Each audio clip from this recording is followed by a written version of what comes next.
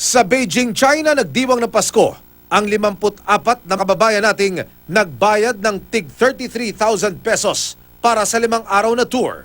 Bukod sa Great Wall at Tiananmen Square, kasama sa tour package, ang bilihan daw ng mga alternatibong medisina na Royal Medicine Shop, ang paggawaan ng jade at ang tindahan ng mga umunoy mamakaling crystal at ancient stones na inischedule noong uling araw.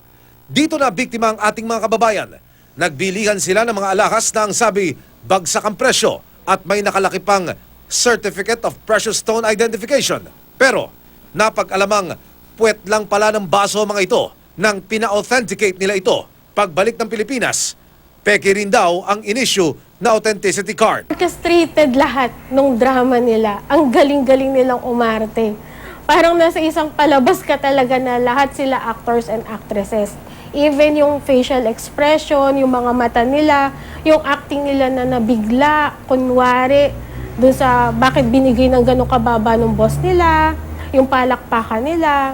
Ang galing, promise. Hindi raw bababa sa 1 milyong piso ang naibayad ng ating mga kababayan sa alahas na wala palang halaga. Hindi irereklamo ng mga turistang biktima ang travel agency at ang dayuhang tour guide nila doon dahil nagbigay naman daw ng paalala mga ito. Ang gusto lang nila, magsilbi itong leksyon sa mga nais na mag-tour doon. Sana raw mas maging detalyado ang ibibigay na paalala ng mga travel agency at tour guide para lubos na maunawaan ng ating mga kababayan. May penalty pag hindi ka papasok eh. So, dapat pumunta ka pero huwag ka nang bumili. Sabihin na lang nila diretso, huwag na lang po kayong bumili. Be cautious sa mga bibilin nyo. Hindi lahat na makikita nyo dun totoo. May 2017, isang grupo ng mga turistang Pinoy ang nabiktima rin ng tindahan ng peking ancient stones sa lugar ding iyon. Hard-earned money namin yun. Kaya ang hirap eh.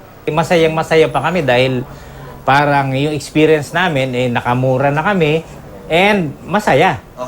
So, nung ma-search sa internet, saka lang namin nalaman na marami na palang ganung pangyayari. Na hindi lang pala kami ang una.